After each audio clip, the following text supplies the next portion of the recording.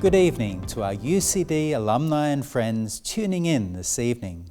I'm delighted to extend a very warm welcome to this special online celebration of the UCD Alumni Awards 2020.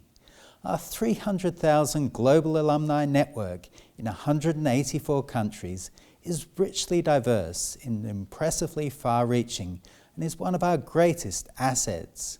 It's fitting that we should honour the wonderful achievements of some of our most successful graduates annually. An outstanding UCD education has been the launchpad for leaders, influencers and innovators all over the world who are using their talents, intellect and creativity to change our global society for the better. The annual UCD Alumni Awards dinner in O'Reilly Hall is normally one of the highlights of the university alumni calendar. This year, unfortunately, the extraordinary circumstances of the global pandemic dictate that we move our celebration to an online format. Notwithstanding the difficulties of the past 8 months, our graduates and university community have rallied in the face of adversity, and I know that you are all with me in spirit as I warmly congratulate the 2020 UCD Alumni Awardees. This year, the award for Arts and Humanities goes to Dalton Phillips. The award for Business goes to Mark Pollock. And for Engineering and Architecture, it goes to Roisin Hennigan. Our awardee for Health and Agricultural Sciences is Professor Delia Grace Randolph. And for Law, Sally Hayden takes the award. For Research, Innovation and Impact, the award goes to Dr. Sandra Collins. And for Science, Dr. Cormac Kilty is our awardee. Finally, the award for Social Sciences goes to Sharon Donnery. And for Sport, Dr. Jack McCaffrey takes the award. Each of these individuals embodies UCD's pursuit of excellence and is an inspiration to us all. They are incredible role models for the present and future generations of UCD students who will seek to follow in their illustrious footsteps and make their own mark on the world. This year's celebration takes the format of 4 webinar conversations, each reflecting one of the pillars of UCD's Rising to the Future strategy. Our award winners will be grouped across these 4 events for engaging discussions on the themes of business, health, resilience and innovation. I'd also like to thank our strategic partners, our academic leaders and friends for their support on this special occasion. I extend my congratulations once again to our Alumni Award 2020 winners, and I look forward to welcoming you to campus in the future to celebrate in person.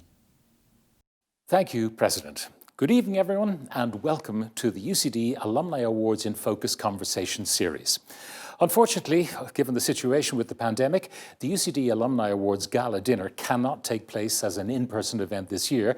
However, we're delighted to have in its place a virtual webinar series that will celebrate 9 of UCD's outstanding alumni awardees throughout the month of November. We're delighted to welcome our UCD alumni community from all around the world to hear from 9 of UCD's most notable alumni and showcase the breadth and depth of UCD's leading programs. The 4 UCD Alumni Awardees in Focus Conversations will reflect the 4 strategic themes of UCD's strategy entitled Rising to the Future. And these 4 are creating a sustainable global society, building a healthy world, thirdly, empowering humanity, and lastly, transforming through digital technology. Our UCD Alumni Awardees in Focus Conversation 1 will feature 2 awardees who are stepping up to these unprecedented challenges and are driving change. Join us to discuss how the Irish business community is emerging from the pandemic. Will we become more resilient, more sustainable, and inclusive as a result? The conversation this evening is very kindly supported by RKD. Now, RKD provides design-led, technically robust, sustainable architecture that works. Without further ado, allow me to introduce you to tonight's UCD Alumni Awardees. Sharon Donnery is the Deputy Governor of the Central Bank of Ireland, with responsibility for leading its financial stability, economics and statistics, and financial operations directorates. She joined the central bank in 1996 as an economist in the Monetary Policy Division and was acting governor in 2019. And then Sharon was appointed Deputy Governor of the Central Bank on the 1st of March 2016. Dalton Phillips is the Chief Executive of the semi-state Dublin Airport Authority. His retailing career began as a store manager in New Zealand, and he went on to become Chief Executive of Morrison's, the fourth largest supermarket chain in the UK. He's also served as Chief Executive of Brown Thomas. So Dalton Phillips is now the Group Chief Executive of DAA plc since October 2017 and is a member of the board of ACI Europe. Before we start the conversation, you'll hear from UCD College principals, Professor Sarah Prescott and Professor Colin Scott, about their two awardees.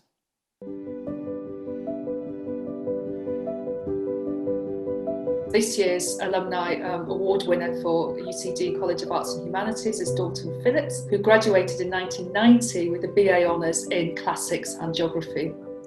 Well, there's myriad reasons why we would want to celebrate Dalton's achievement as the UCD Alumni Award winner for Arts and Humanities for 2020.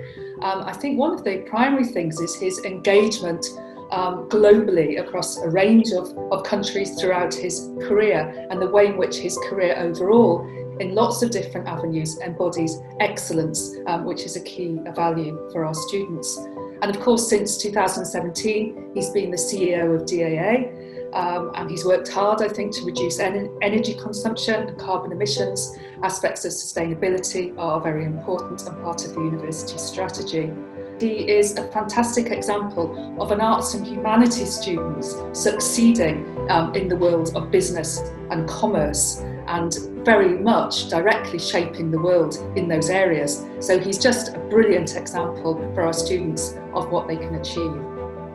He's a key member of our recently established alumni advisory group, and he has been extremely active in feeding back to us on our plans and working with the students. So overall, he's a true role model. He's an inspiring example for our students who can really show past and present and future students how to fly.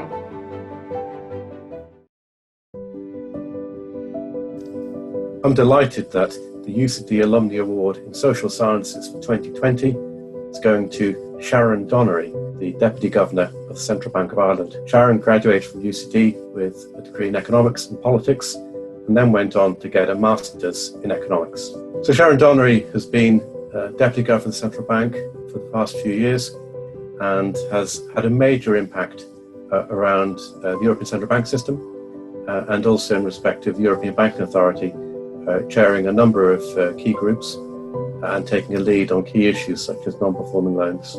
She's also been a champion for equality and diversity in the banking sector, not only through her own work in the Central Bank of Ireland, but also as a regulator, building requirements around equality and diversity policies in the regulated institutions, which she's responsible for overseeing.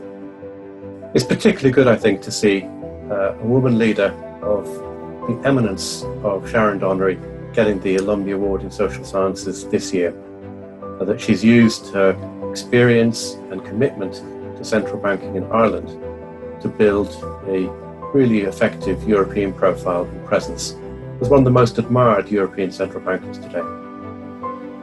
Sharon Donnery and Dalton Phillips, you're very welcome. We'll start with you, Sharon, and memories of your time at UCD. Well, I went to UCD in the early 1990s, ultimately left around 1994. Very much enjoyed my times there. I studied economics and politics. I mean, I think when I first started, it was a big change for me coming from an all-girls secondary school to go to this very vibrant, very big campus where there was a lot going on and a bit of a challenge, I suppose, to adjust to all of that. But nonetheless, as I said, very much enjoyed my time there. And I think if we're going to turn to talking to careers in a few minutes, one of the key things I suppose I took away from being in UCD and my time there is around the importance of listening to lots of different views about things, things, and sort of trying to absorb those different views and help them in your own analytic thinking about issues and making up your own mind about things. And that's probably one of the things that I took away the most. Would you say that your career path was linear, a kind of a straight line from doing what you did in UCD to what you ended up doing now? Oh, absolutely not. There were lots of different things, I suppose, and twists and turns along the way. In fact, even when I went to UCD, in terms of career path, I suppose I wasn't really sure about what I wanted to do. That was one of the reasons why I chose arts, because I thought it would give me a sort of broad grounding, and particularly the subjects I picked, economics and politics. I actually started out my career in academia. I went on from UCD to Maynooth and spent some time lecturing there for a while, ultimately then joining the central bank as an economist. And I would say, even though I've spent the vast majority of my career here at the central bank, I have moved around quite a lot and done lots of different things in my time here. And I suppose my big takeaway from there, that I definitely say to students or graduates coming out now is, when opportunities present themselves to do something different, put your hand up and be brave about taking those opportunities if they come along. Now, Dalton, what about your memories of UCD? Anything that happened in UCD that kind of prepared you for the various things you've done, and you have done many and varied things along the way before reaching the DAA? Well, I have terrific memories, and some of my best friends, in fact, godfather to my son, it was a classmate. I studied arts as well, sort of like Sharon. I wasn't totally clear what I wanted to do, but I had a huge interest in geography. I was always interested in the world, and in fact, we went to the Soviet Union, as it was that, because I was at the end of the 80s. On a trip there and through St. Petersburg and Moscow, and really did some interesting travel at that time, and it really enlightened me to the world. And I subsequently went on and have worked in multiple countries, and I'm sure some of that was fueled from what I studied in UCD and contacts and connections I made. So I had a great time, and I do look at it though now, Pat, and my son's there, and I look at the change in terms of the facilities, and I probably spent too much time playing pool and in the bar, as one does in your first and second year. And I look at what they all have now in terms of these incredible sporting facilities, and it's amazing to see it progress to where it is today. Now, you could say that your career in retailing was more about traveling the world than about retail, but you must have loved retail as well. So I was brought up in a family business. We were manufacturers in the poultry sector. So as I sort of towards the end of as I came towards graduation, I realized I really wanted a career in commerce, and I wanted to go into retail. And I think UCD gave me that foundation because I got onto a terrific graduate program, which really allowed me to see the world. But I loved retail. I loved being on the floor. One of my first jobs was in the fish department, and then I worked in the bakery department. And I did all the different jobs over a number of years in the retail sector. But I wouldn't have got on that program had it not been for UCD. So I'm internally indebted for that platform. Now, you took a very circuitous route to aviation, and yet aviation was in your blood. So I'd grown up as well around aviation. Both my parents were pilots, and my father back in the 70s used to race planes, and myself and my two sisters would be strapped in the back of the plane. And we would be at weight on the aircraft, which would help my father's handicap. We'd have to keep dead quiet, and it was lethal as you sort of pulled a number of G-forces as you went around pylons. So I'd been brought up around aviation. I got my pilot's license actually when I was at UCD. So I was always interested in it. And when the opportunity came to come back to Ireland, to take this role with DAA, I jumped at it. I've got 3 kids. One was born in Brazil, one was born in Germany, one was born in Canada. We'd moved so much. We wanted to come home, and home is here in Ireland. And what a great place to work with the DAA. And we'll come back to the way the DAA combines aviation and retail very successfully in normal times. Sharon, the times we live in at the moment, I mean, we rarely used to hear from central bankers. And now, because of the various crises, the financial crisis starting in 2008 and the current pandemic crisis, and of course with Brexit, central banking and economics have become more central to our everyday lives and our everyday conversations. Yeah, so I totally agree with that, Pat. I think certainly in Ireland, the financial crisis here, which was obviously a very difficult time for people and for the country, I think really changed that quite a lot and put many of these issues much more to the fore and much more into sort of normal conversation and increased people's awareness of them. I think globally as well, though, we see a lot more awareness of these issues and also of the role of central banks over the last number of years. And I think central banks have also become much more aware that engagement with the public, talking to the citizens that we work for, I mean, we're here to work in the public interest, listening to what the public think and building trust with the public has become much more a feature of central banks globally over the last decade or so. And that's certainly true for us here in the Central Bank of Ireland in terms of, I suppose, being out much more, talking to businesses, talking to people and so on. So I think definitely central bank communications have changed, but also what people expect from us and what they know about us and the role that the economy plays in their lives and so on has become much more of a feature for sure. Yeah. The central banks, be it the ECB or local central banks or indeed the IMF, were the villains of the piece during Ireland's last crisis. And now you guys are, you're printing money. I mean, did you make a huge mistake the last time round? Well, I certainly think if you look at what happened in Ireland, the central bank itself, and I mean, things that had gone wrong in the central bank in terms of how, for example, banks were supervised and regulated and so on, was definitely an aspect of the last crisis. And that happened in a number of countries around the world, not just here.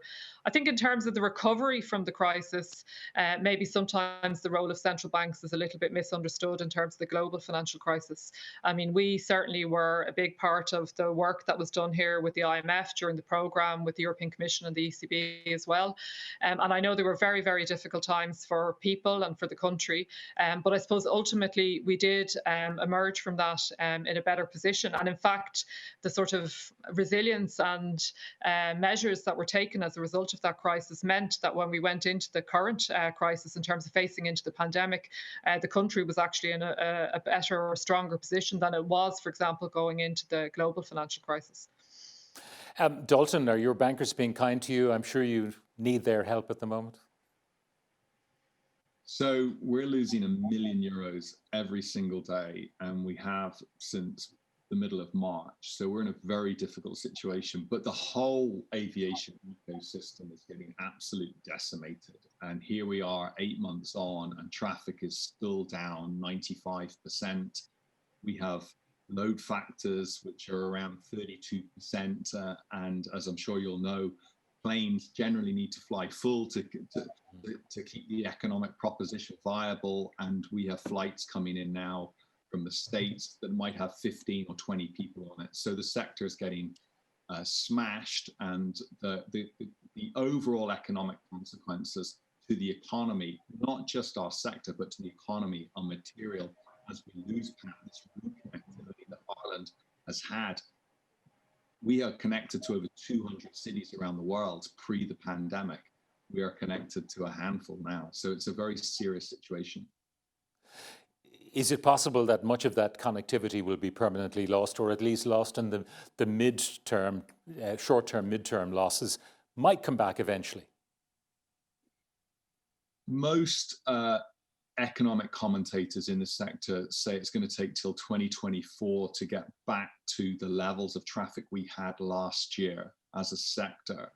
So undoubtedly we are losing routes. So we are losing, we work so hard, for example, just to bring a Dallas route on, connecting Dublin direct to Dallas. That route's gone. Shanghai, that route's gone. And those routes, Pat, take 4 to 5 years to cultivate just to get those assets mobilized between that city, or the city pair. And once you lose that, you don't get it back. So markets like Seattle and Dallas, as I've just given the example to, once you lose them for a while, and it's going to have a real impact. And in a post-pandemic, post-Brexit world, those are the routes we need. Now, Sharon, in your case, obviously the banks are being encouraged to advance the money that is being made available to them. And yet, the byword for being a banker, be it a central banker or a retail banker, is prudence. And can you pay it back? And that's the big question on everybody's mind. Yes, we want PUP payments, we want supports for business that is in deep trouble, but then someone's got to pay the bill someday, and when is that day of reckoning going to come? I think the first thing to say is I think the policy response to this crisis, whether it's the fiscal response in terms of governments, and again, not just the Irish government, but around Europe and around the world, and the response from central banks has been very, very significant and very, very fast as well. I mean, I think things have evolved obviously very quickly with the pandemic, and that support has been swift in coming.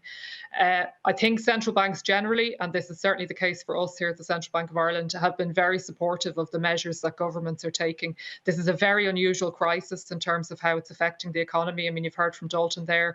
I mean, things that we never thought we would see. That may also have long-lasting effects, and I think that's one of the things that we do have to think about, that it's not just about the here and now, but also about the longer effects. So I think the fiscal support that governments are providing is really important, whether that's income supports to households, whether it's supports to SMEs, supports to bigger companies and so on. And of course, banks continuing, to give loan facilities and so on. But of course, I mean, you're right, ultimately, there is an element of thinking about the risk. And I think from a debt sustainability point of view, the government will have to think about that in the more medium term. But at the moment, because of the action of central banks, largely interest rates remain very low. The government has the capacity to borrow to provide the support that's needed. And I think you can see even, with the measures that we have in place in the economy at the moment, how essential that support is to keeping the economy going and ultimately, I suppose, shielding the economy from the effects of the pandemic until we can get the health situation under control. It's not possible for the economy, I suppose, to be restored to full health as long as the virus remains a problem. So we have to kind of protect the economy, I suppose, for as long as we can to make sure that the health situation can be made more stable. Now, Dalton, could the DAA go broke? I mean, you have a number of business arms in terms of managing other facilities, be it duty-free or airports, and your own retail and your own facilities at Dublin Airport. But could you go broke? Because the government is your shareholder. Well, it's all about liquidity. We came into the crisis with a very strong balance sheet because we were about to go on a very significant investment program, spending over 2 billion euros in Dublin and Cork over the next 5 years. So what's essentially happened is we have depleted all our reserves, which had been put aside to build infrastructure to ensure we're connected to the rest of the world. And that's been used up in operating losses. So ultimately, if we don't turn the situation around, and to turn it around, you need two things. You need a vaccine, and there's obviously considerable debate about when that will happen. And in the meantime, you need a testing regime that's harmonized across Europe. If we don't get neither of those or either of those, we will be in a very, very difficult situation. We've lost 150 million euros already this year, and obviously we've still got some months to run. So we are in a difficult situation. Why do you think it has taken so long for the idea of passenger testing, either at departure or arrival, to take root? Because the lobbyists are very powerful. I mean, they are airport operators all over the world, very powerful airlines like Lufthansa who found themselves in difficulty.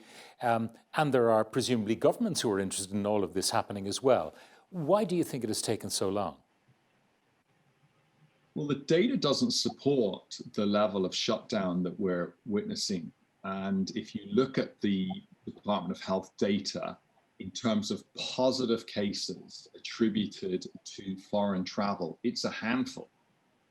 If you take the last 14 days, it's less than 20 cases can be attributed to foreign travel. And so I think we've gone too far. And there is good testing, be it PCR or LAMP or antigen, in place that would allow us to open up the economy. So I think we've taken this too far, and we're being left behind in Europe because we're seeing other countries now opening up with testing regimes in place, and we don't have that in Ireland. It could well be, though, the precautionary principle, which is not to do harm. You might do a lot of good for business and so on if you institute new systems and open up air travel. But then if a politician gets it wrong, I mean, they could be politically ruined, it could be the end of them. So do you think that caution is understandable, although not welcome in your eyes? Look, I think it's absolutely understandable. And there's a balance here. There's a balance across the economy in terms of public health and economic vibrancy. And we have to get that balance. I think the sector, though, has probably been held to a different standard to other sectors. And I think that there are safe ways to open up air corridors to allow our economy, because you talked about how we're going to pay for this, Pat. We're going to have to pay for this, and economically, we're going to have to open our country up. And at the moment, we're closed for business. And that brings me back to Sharon, because we were aiming to balance our budgets, to have zero deficits in our year-to-year budgeting. That's gone completely out the window. We're looking at, 20 billion or thereabouts of borrowing for each of the 2 years, this year and next year, and who knows what's beyond that.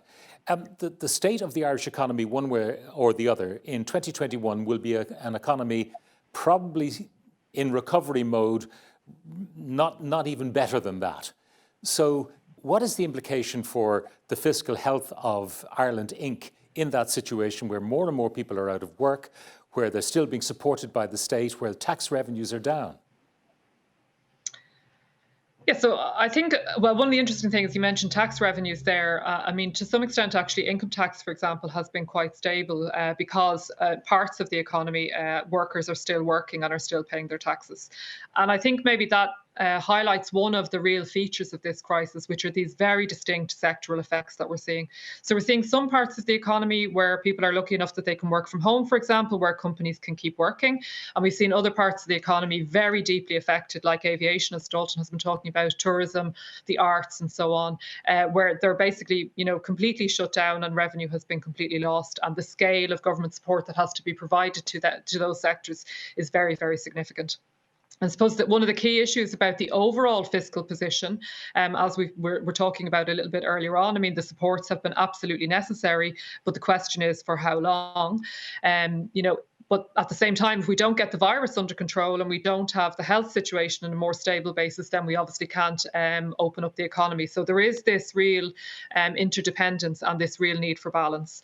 And one of the critical issues with the length of time it goes on for is the risk of scarring effects. So, I mean, Dalton gave a good example there, I think, of the potential to lose routes and connectivity to other parts of the world. There are also risks in the medium term if people become unemployed for long periods of time, they become discouraged workers, maybe their skills aren't relevant anymore in terms of, when the economy does start to come back and they need major support from reskilling. And you can have these longer term effects, I suppose, on confidence.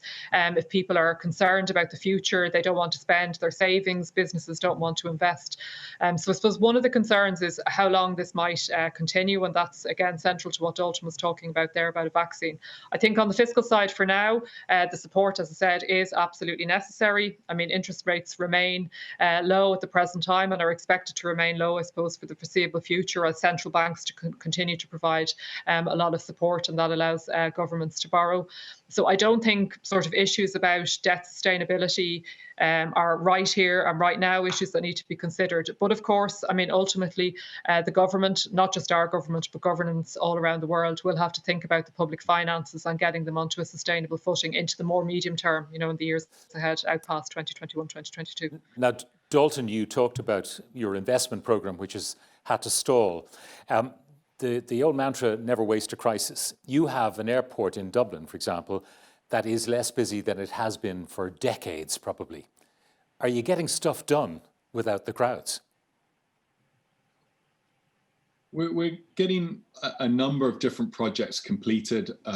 We are in the middle of constructing our third runway, and that will be the fastest built runway in probably 2 generations anywhere in Europe, and it'll also probably be the best value built runway. So whilst we did have a construction shutdown in May, overall we've been able to carry on, and that's an iconic piece of infrastructure for the state because it further allows us to connect to the rest of the world, and as many people will will attest to, having traveled through Dublin in the last few years. It is absolutely capacity. So we've been able to take advantage of that.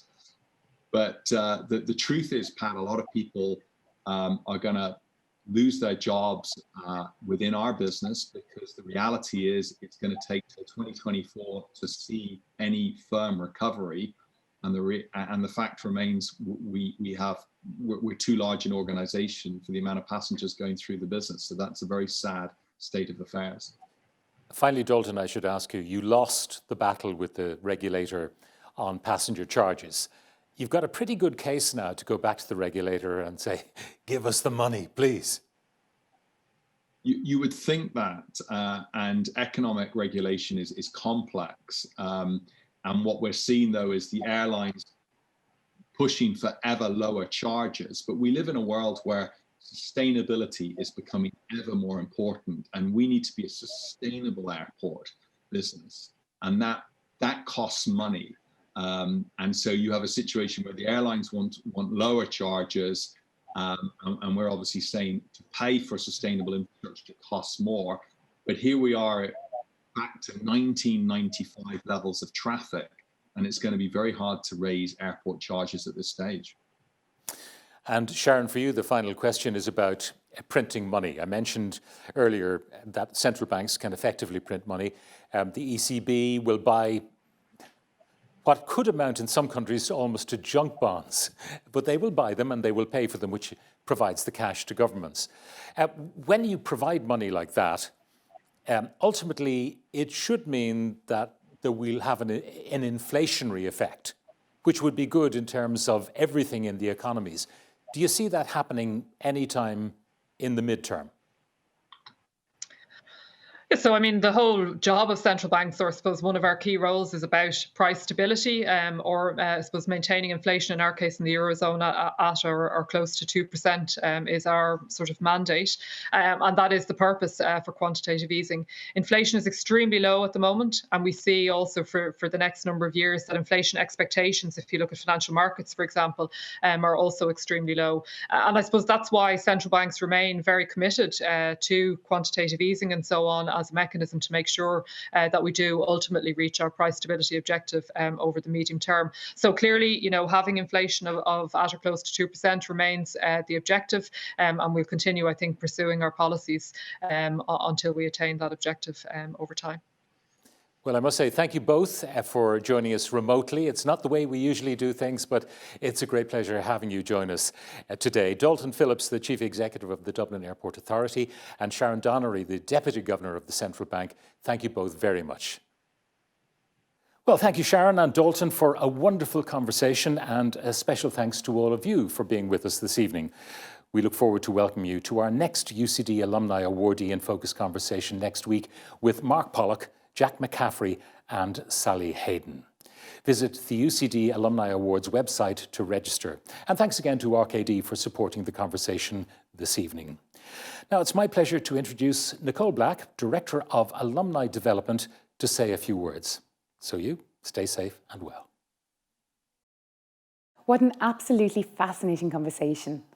I hope you found that as interesting and thought-provoking as I did. It's a real privilege to know that our UCD alumni are driving such important change and helping to shape the world beyond COVID-19 for future generations. I'd like to thank our awardees this evening for giving so generously of their time to share their UCD experience, insight, and inspirational achievements with us. In this exceptionally difficult time, we know our awardees have many demands on their time right now, and we're delighted they were able to join us today. Our alumni are the backbone of this truly great institution, and despite these challenging times, we are more committed than ever to strengthening the links our alumni have forged with both UCD and each other through our alumni programme of online events and celebrations such as tonight. While unfortunately we can't all be together in person, it is still so important to celebrate our alumni's achievements and through them show the breadth of impact UCD alumni continue to make all over the world. Our 2020 UCD Alumni Awardees are truly some of our brightest and best, and we are delighted to have been able to showcase them in tonight's very special webinar. I would like to thank in particular RKD for kindly supporting this evening's webinar. ArcAD provides design-led, technically robust, sustainable architecture that works. As ever, a big thank you as well to the wonderful Pat Kenny, a fellow alumnus and dear friend of UCD, for hosting the conversations for us again. The awards may look a little bit different this year, but they just wouldn't be the same without you, Pat. A huge thank you as well to all the alumni team behind the scenes for helping to reimagine this year's awards under difficult and often ever-changing circumstances, ensuring that this important celebration could still go ahead. And of course, thank you to all of you for joining us tonight and helping us to celebrate our outstanding awardees and being part of what makes the UCD Alumni Awards such a special event for us all. As we close tonight's event, it just remains for me to wish all of you, wherever you are joining us from, all the very best for these incredibly difficult times. Please stay safe and well, and we look forward to welcoming you to more upcoming events with UCD. From all of us, take care and good night.